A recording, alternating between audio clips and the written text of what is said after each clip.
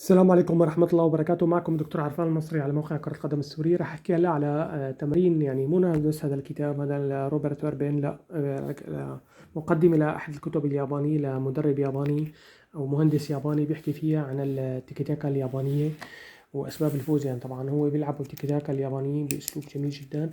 طبعا بيحطوا 3 لاعبين بدائرة. هلا انت بدك تحافظ على شكل المثلث ده من الدائرة. يعني المثلث متساوي الساقين، لازم يكون مثلث متساوي الساقين،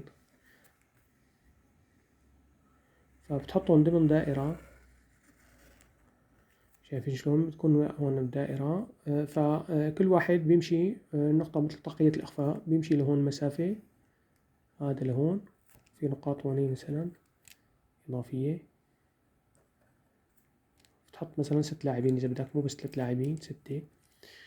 وبيتنقلوا، واحد بيروح مثلا بيروح لهون، هذا اللي هون مثلا الطابة لهون، بيمرر هذا لهون، روحة رجعة، وبعدين بيجي لوراه، بيجي هذا لما ينتقل لهون وهذا لهيك، يعني بالترتيب 3 أو 6 ضمن دائرة، 6 ضمن دائرة، 6 ضمن دائرة، وبتدور حوالين بالمثلث هذا 6 ضمن دائرة، بحيث انه تمرر كل واحد بين اثنين. الطابة هون بتضل هون بالقطر هذا، والاثنين بيدوروا، فهي بطاقية الإخفاء بهذا. في عندهم تمرين ثالث لهذا توتسايو يامومو.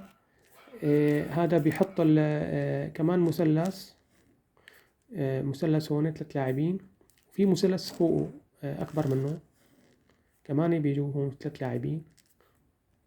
هدول بيمرروا لبعضهم، بعد ما يمرروا لبعضهم بيصير هون تبادل مراكز، بيجي لهون هذا وهذا بيروح، بيجي واحد محل واحد، واحد محل واحد فقط، واحد محل واحد، وبيرجع الثاني لهون. هذا بيتبادلوا المراكز هدول الاثنين فقط. هذا هو التمرين الثاني للمدرب الياباني توتسايوتا.